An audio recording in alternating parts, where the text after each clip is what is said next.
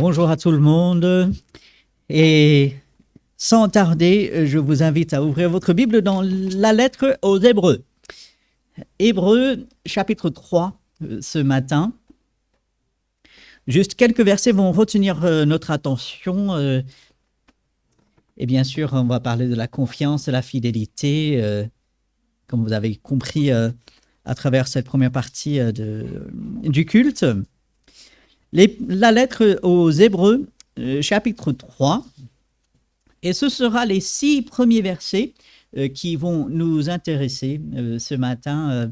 Alors que vous trouvez ces versets, souvenons-nous, on ne sait pas qui a écrit cette lettre. Est-ce que c'est Paul? Peut-être, il y a certaines raisons qui portent à croire que oui. Peut-être Apollos, on sait que lui, il était assez éloquent. On sait que peut-être Luc, certains disent que Luc peut-être l'aurait écrit. Mais quoi qu'il en soit, Dieu a voulu encourager, fortifier, soutenir des enfants de Dieu, juifs, qui étaient sur le point d'abandonner, qui étaient lassés, qui étaient fatigués, qui avaient mal dans leur esprit, dans leur corps par moments. Ça, on va le voir à la fin de cette lettre. Ils étaient persécutés et ils étaient sur le point de dire, est-ce qu'on a fait le bon choix? Est-ce que suivre Jésus-Christ, sortir de la religion juive, c'était vraiment ce qu'il fallait? Et cet auteur, dirigé par Dieu, bien sûr, écrit pour montrer ô combien on a fait le bon choix de suivre le Seigneur. Suivre le Seigneur, c'est plus grand que tout. Tout le système religieux des Juifs n'a rien à voir avec notre merveilleux Sauveur Jésus-Christ. Et du coup, si vous êtes avec moi dans Hébreux chapitre 3, les 6 premiers versets pour nous aujourd'hui, suivez, je vais lire ces versets. C'est pourquoi, frères saints qui avaient part à la vocation céleste, considérez l'apôtre et le souverain sacrificateur de la foi que nous professons, Jésus, qui a été fidèle à celui qui l'a établi comme le fut Moïse dans toute sa maison. Car il a été jugé digne d'une gloire d'autant supérieure à celle de Moïse que celui qui a construit une maison a plus d'honneur que la maison même. Chaque maison est construite par quelqu'un, mais celui qui a construit toute chose, c'est Dieu. Pour Moïse, il a été fidèle dans toute la maison de Dieu, comme serviteur pour rendre témoignage de ce qui devait être annoncé. Mais Christ l'est comme fils sur sa maison. Et sa maison, c'est nous, pourvu que nous retenions fermement jusqu'à la fin la confiance et l'espérance dont nous nous glorifions. Et que le Seigneur bénisse sa parole et qu'il l'utilise dans notre cœur aujourd'hui. Nous voyons au début du chapitre 3 ces petits mots, c'est pourquoi.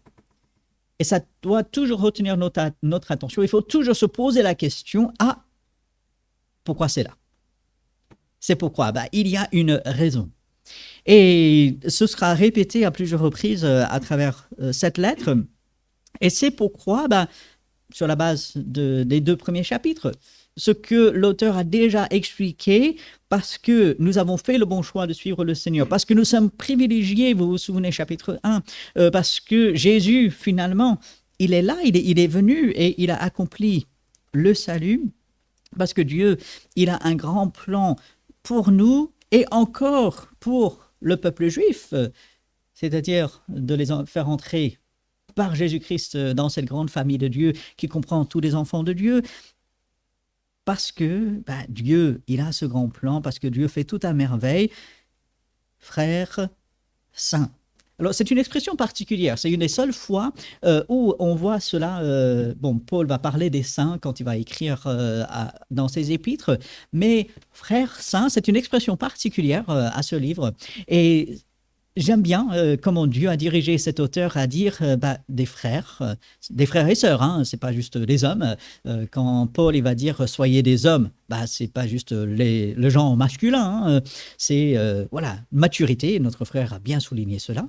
Et ici, des frères et sœurs saints, mis à part, et de voir que l'auteur ici, dans un monde qui est vraiment comment est-ce que je peux le dire, à la dérive sur tellement de choses, notamment sur l'identité, sur qui suis-je, pourquoi je suis là, que l'auteur rappelle, il considère ces personnes à qui il écrit des frères saints, mis à part pour Dieu. On va voir par la suite, dans les semaines à venir, des versets qui ont troublé certains parce que ça pourrait porter à croire à la perte du salut. Mais non, non, non. L'auteur reste convaincu que malgré les difficultés, ces personnes sont sauvées et restent sauvées parce que le salut ne se perd pas. C'est pourquoi, frères saints, et puis il continue, qui avait part à la vocation céleste, cet appel venant de Dieu. Et si on restait avec ce simple début de ces versets, de se rendre compte encore une fois combien je suis privilégié si je suis enfant de Dieu aujourd'hui. Être enfant de Dieu aujourd'hui ne veut pas simplement dire que j'attends ma place au ciel que Jésus est en train de préparer et qu'en attendant cette vie avec ses difficultés, avec ses hauts et ses bas, mais voilà, vraiment ce que j'ai à l'esprit, c'est ce qui m'attend au ciel. Alors, il faut attendre avec confiance ce qui nous attend au ciel. Mais j'ai bien aimé ce que notre frère Patrick il a dit dans sa prière. Oui, notre esprit est au ciel, on est assis avec Christ dans les lieux célestes, mais nous vivons réellement ici sur la terre avec ses difficultés, avec ses problèmes, avec ses joies, avec ses peines. Et Jésus-Christ est là pour nous dans chacun de ces moments. Nous sommes des êtres spirituels, parce que Dieu nous a créés ainsi, et si nous sommes enfants de Dieu, nous avons le Saint-Esprit en nous. Nous avons reçu cette vocation, cet appel céleste, mais également, nous vivons ici sur la terre, et je trouve que c'est merveilleux que Dieu nous donne son esprit, que Dieu nous donne son aide, jour après jour, pour les situations devant lesquelles nous sommes impuissants par moment, devant des situations où nous ne savons pas quoi faire. Ça vous est déjà arrivé de vous dire, je dois prendre une décision. Peut-être elle est lourde de conséquences, peut-être elle ne l'est pas, et vous ne savez pas quoi faire. Est-ce que je dois aller à droite, à gauche?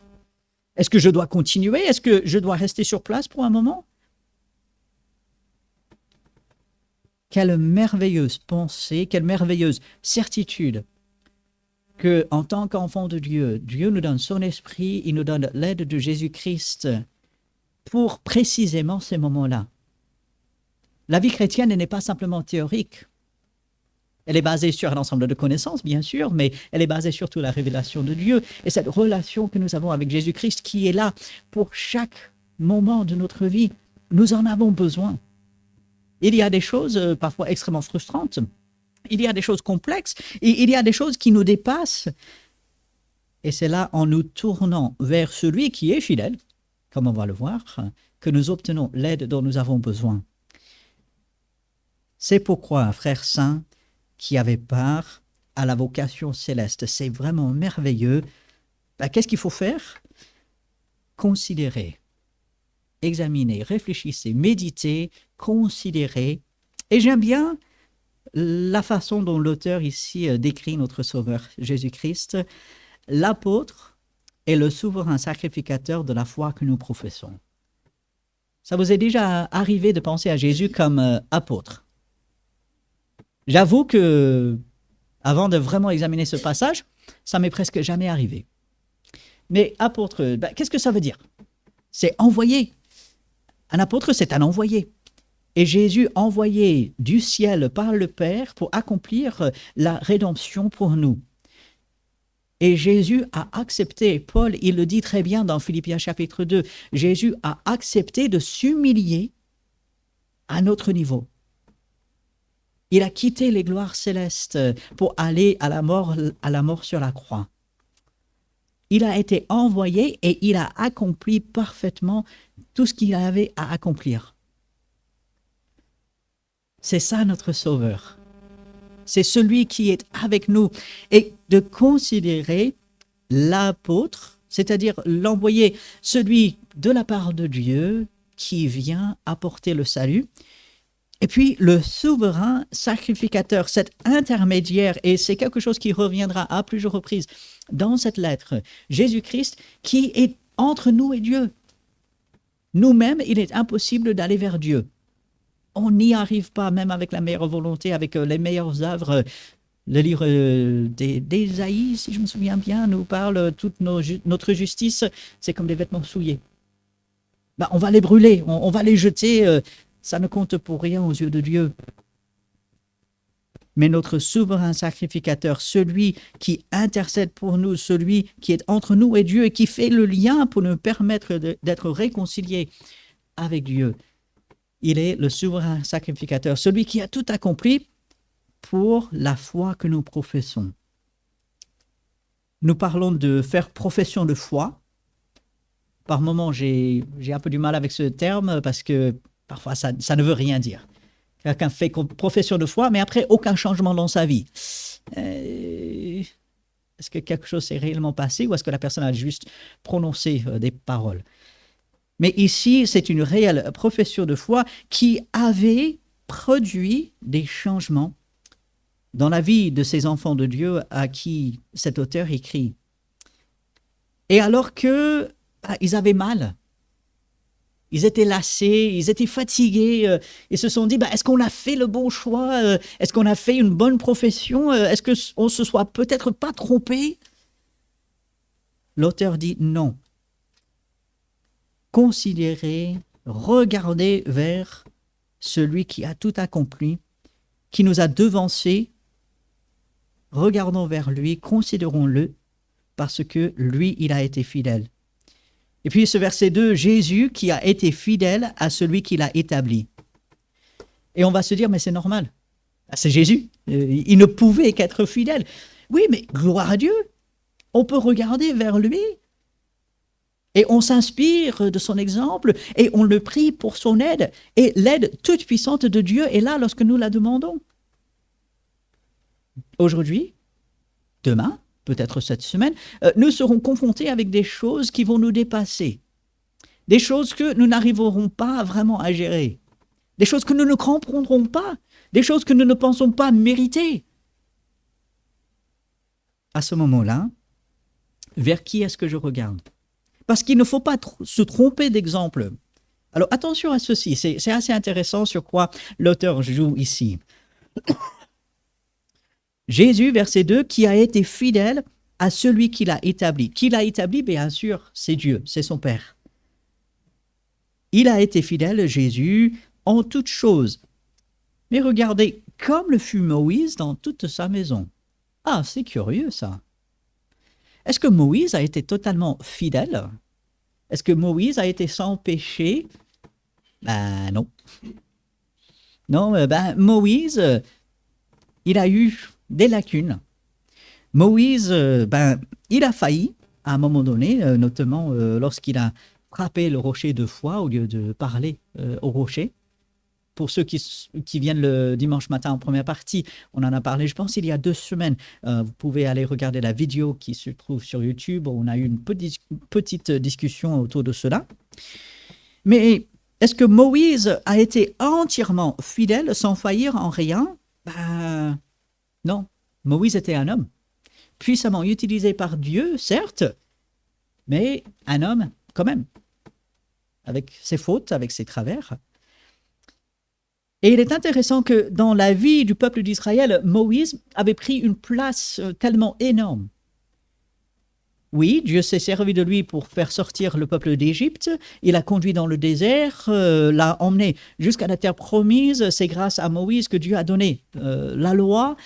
Dieu a puissamment utilisé Moïse, mais Moïse a pris une place tellement énorme dans la vie du peuple d'Israël que le risque, c'était je vais faire de Moïse mon modèle. Et peut-être nous pensons à certains personnages à travers l'histoire, des hommes et des femmes de Dieu. On pense à des personnes qui ont été fidèles, qui ont fait de grandes choses pour Dieu. On pense par exemple à Jean Calvin. Jean Calvin, Dieu l'a utilisé puissamment ici en France et même en Europe. Gloire à Dieu. Et on peut s'inspirer de son témoignage et de sa vie, de ses écrits. C'est formidable. Mais je ne dois pas me tromper Jean Calvin, ni qui que ce soit d'autre. Et on pourrait faire toute une liste de gens, des hommes et des femmes que Dieu a utilisés puissamment. Mais il ne faut pas se tromper. Ces personnes ont été fidèles grâce à Dieu. Mais qui a été réellement fidèle? C'est Jésus. Vers qui devons-nous finalement regarder? Vers qui toutes ces personnes de l'histoire que Dieu a utilisées puissamment doivent-ils nous diriger? C'est vers Jésus et finalement vers Dieu. Oui, Moïse a été fidèle dans toute sa maison. Il a accompli les choses que Dieu lui a donné de faire. Mais ne nous trompons pas, Jésus reste au-dessus. Verset 3, car il, Jésus, a été jugé digne d'une gloire d'autant supérieure à celle de Moïse que celui qui a construit une maison a plus d'honneur que la maison même. Alors, l'auteur rappelle à la logique, c'est normal. On va admirer un bâtiment, on va remercier Dieu pour une maison et tout, mais qu'est-ce qui est plus grand? Ce qui est construit ou le constructeur? Évidemment, c'est le constructeur. Parce que la maison ou quelque bâtiment que ce soit ne se construit pas tout seul. Quoique aujourd'hui, il commence à avoir des choses qui peuvent se faire tout seul. Mais il a fallu quand même quelqu'un au départ qui mette cela en route. Et ici, l'auteur veut bien souligner, encore pour les Juifs, qui avaient un héritage de la religion juive, qui mettait Moïse en avant, qui parlait tellement de Moïse, qui élevait Moïse, et qui risquait malheureusement de faire de Moïse quelqu'un de plus grand que Jésus. Et l'auteur ici dit, combien que Moïse était grand, Jésus est encore plus grand. Et puis ce verset 4, chaque maison qui est construite par quelqu'un, mais celui qui a construit toute chose, c'est Dieu qui est derrière. Et en tant qu'enfants de Dieu, aujourd'hui, nous devons nous souvenir de cela. Dieu est derrière. Des choses impensables parfois arrivent. Des misères, il y en a dans le monde. Des luttes, des guerres, oui. Il y a ces choses, nos propres luttes peut-être internes, nos difficultés, des choses que nous vivons ici en France, que d'autres vivent dans le monde, nos frères et sœurs en Corée du Nord pour lesquels nous prions. Tout cela est une réalité, mais il ne faut jamais oublier Dieu derrière. Dieu n'est jamais pour la guerre, Dieu n'est jamais pour la misère. Soyons très clairs là-dessus. Mais même au sein de la guerre, Dieu est là pour soutenir, pour aider. Même au sein de la persécution que nos frères et sœurs en Corée du Nord traversent, Dieu est là. Dieu est derrière. Il faut toujours voir Dieu. Lorsque des choses arrivent, notre réflexe devrait être « Mais Dieu, qu'est-ce que tu es en train de faire? Dieu, comment est-ce que je peux te faire confiance parce que je sais que tu es à l'œuvre ?» Ce n'est pas toujours facile. Lorsqu'on est malade, on se dit, mais comment Dieu il va pouvoir se servir de cela? Quand on a un souci qui arrive, quand on a quelque chose d'incompréhensible, Dieu, comment tu vas pouvoir te servir de cela? Et Dieu dit, ne t'inquiète pas, je gère. Je suis là. Il faut voir Dieu en toutes circonstances. Encore une fois, soyons très clairs, ce n'est pas Dieu qui est pour le mal, en aucun cas. Mais Dieu est tellement grand qu'il peut utiliser même des choses mauvaises qui arrivent pour se glorifier et pour nous faire avancer avec lui. Au verset 5, l'auteur revient à cette réflexion. Moïse, lui, il a été fidèle dans toute la maison de Dieu comme serviteur pour rendre témoignage de ce qui devait être annoncé. Moïse, oui, par la grâce de Dieu, il a été fidèle. Et cette fidélité, il faut suivre ce modèle. Moïse a été fidèle, il a inspiré Josué également, il a inspiré toute une génération et même plusieurs générations d'hommes et de femmes fidèles à Dieu. Et il faut s'inspirer de cela, gloire à Dieu. Lisez des biographies de la vie des hommes et femmes de Dieu à travers l'histoire. Lisez cela. Soyons encouragés. Connaissons notre héritage chrétien. Mais attention, ne nous trompons pas de modèle principal. Oui, Moïse a été fidèle comme un serviteur. Est-ce que Dieu peut dire autant de moi? Je suis enfant de Dieu, mais est-ce que je suis fidèle comme serviteur en accomplissant les choses que Dieu veut que je fasse? Parfois, on est tenté de baisser les bras. Parfois, on se dit, mais ça fait des semaines, des mois, des années, j'ai prié pour telle ou telle chose. Je ne vois aucun changement. Telle ou telle personne ne changera jamais. On doute de la puissance de Dieu à ce moment-là. Les choses ne changent jamais en moi. J'ai essayé, ouais, c'est peut-être ça le problème. Dieu est capable de nous changer. Il est capable de changer les autres. Ça fait tant d'années que je travaille pour le Seigneur. Est-ce que j'ai vraiment fait le bon choix? Quand est-ce que ce sera le moment que moi, je vais pouvoir faire ce que je veux? Aïe, aïe, aïe. Dieu veut la fidélité et il veut qu'on s'épanouisse dans l'œuvre pour lui, quel que ce soit. Moïse, oui, il restait un homme, mais il a été fidèle comme serviteur. Il était à l'œuvre pour Dieu, même lorsque c'était difficile, même lorsqu'il voulait abandonner. Vous lisez le livre d'Exode. Moïse, je le plains.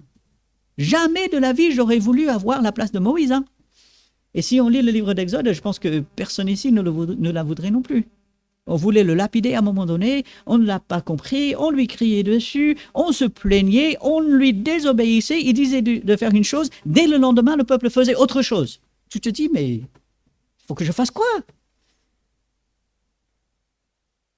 Et il voulait abandonner jusqu'à ne plus vouloir vivre. C'est quand même extraordinaire. Et pourtant, Dieu l'a relevé et il a été fidèle. Il est allé jusqu'au bout. Il a été fidèle comme serviteur pour rendre témoignage de ce qui devait être annoncé. Il savait que ça ne terminait pas avec lui, que Dieu avait un programme encore plus vaste et plus grand et plus loin que sa propre vie à lui ou même la vie du peuple d'Israël. Et il a dit, Dieu, tu me donnes une part et je vais accomplir cette responsabilité. Je vais être serviteur et je vais être fidèle jusqu'au bout. Mais regardez le verset 6. Mais Christ. Les hommes et les femmes peuvent être grands, peuvent être des exemples, gloire à Dieu pour cela, amen. Mais Christ. Christ l'est comme fils sur sa maison.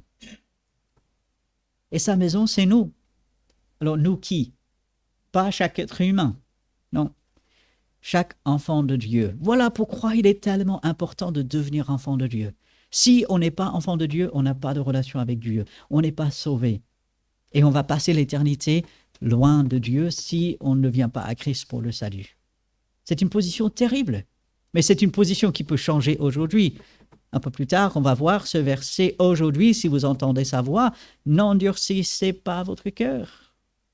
Aujourd'hui, c'est le jour du salut. Mais Christ est fidèle comme fils sur sa maison. Et sa maison, c'est nous. Parfois, je peux avoir envie d'abandonner. Parfois, je peux me dire, mais est-ce que j'ai fait le bon choix d'accepter Christ? Si je n'avais pas accepté Christ, j'aurais pu faire ceci ou cela.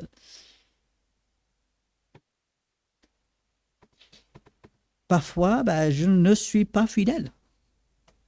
Soyons honnêtes. On ne veut pas jouer au super chrétien. Parfois, on est découragé. Parfois, on se pose toutes sortes de questions. Et même lorsque ça va bien,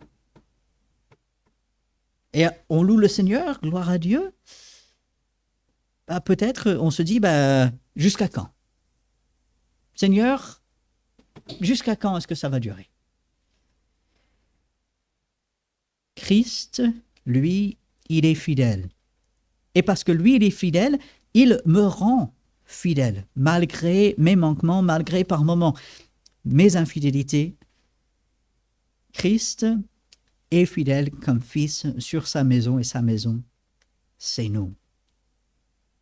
faire partie de la maison de Dieu, faire partie de la famille, appartenir à Dieu, c'est quand même quelque chose d'extraordinaire.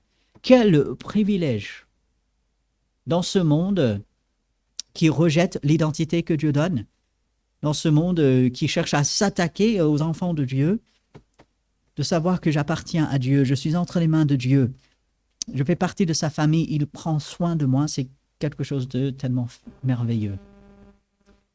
Mais attention, ça ne vient pas tout seul. Ce n'est pas pour rien qu'il y a ces avertissements ici dans ce passage. Et dans cette partie, l'auteur va terminer avec cet avertissement, pourvu que, attention, Satan va venir attaquer.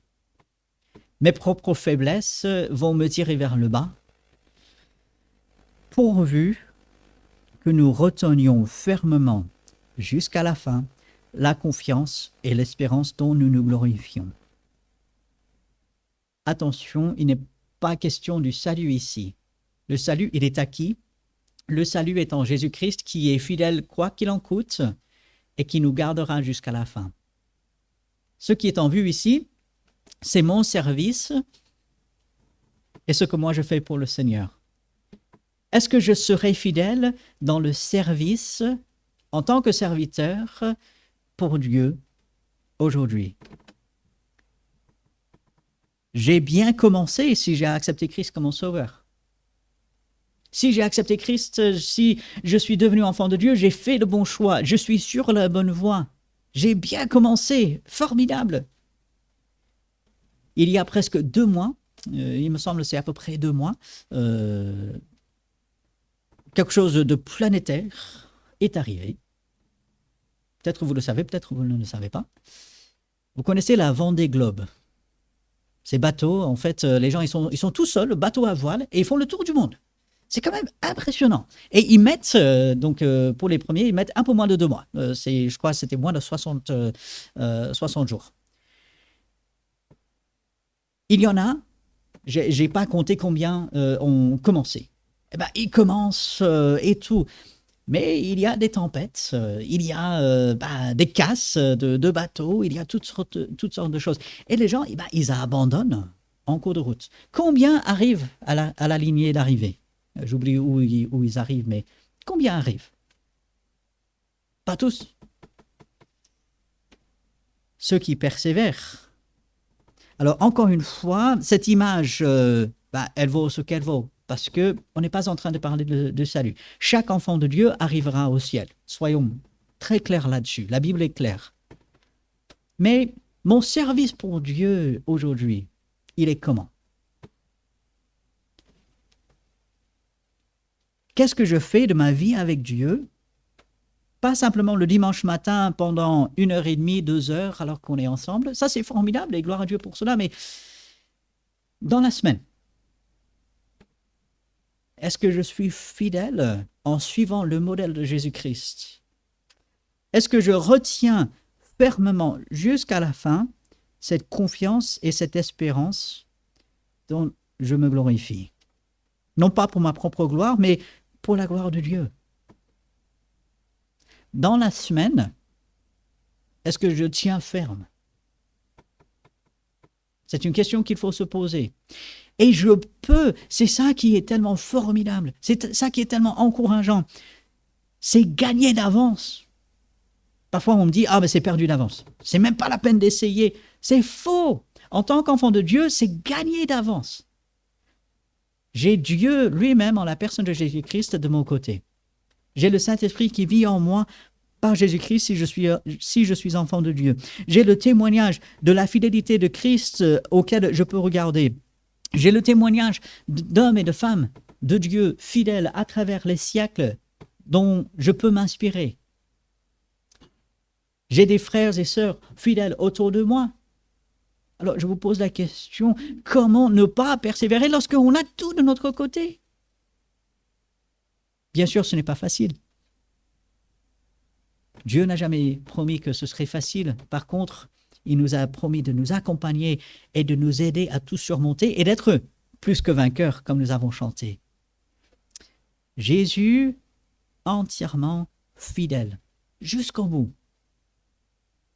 et moi alors. Non pas pour mon salut en Jésus-Christ est acquis, mais mon service pour le Seigneur, le travail que j'accomplis pour le Seigneur, comment est-ce qu'il est aujourd'hui?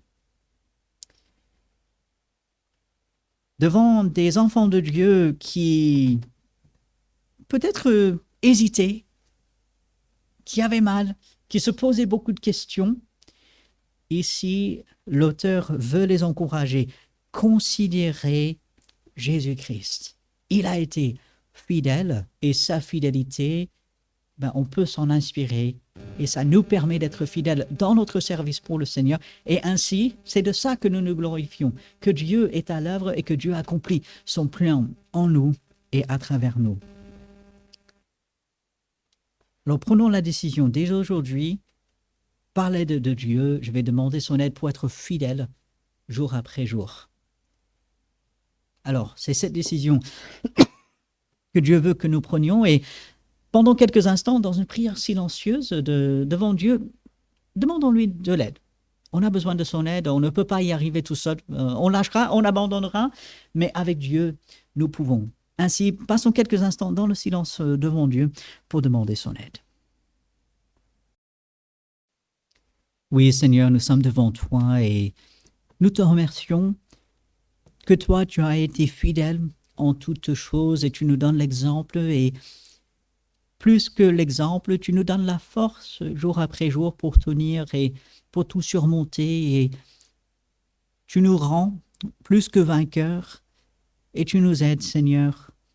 Nous implorons cette aide pour cet instant, pour aujourd'hui, pour les jours à venir, Seigneur. Aide-nous à retenir fermement cette profession, à te faire confiance en toutes choses, à suivre ta fidélité. Quoi qu'il en coûte, Seigneur, d'avancer avec toi.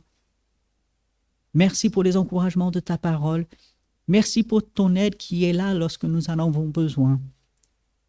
Aide-nous à faire appel à toi à chaque fois qu'il le faut, jour après jour, et que nous ayons le témoignage cette semaine que nous avons été fidèles dans notre service pour toi, parce que toi, tu l'auras fait, et ainsi toute la gloire te revienne.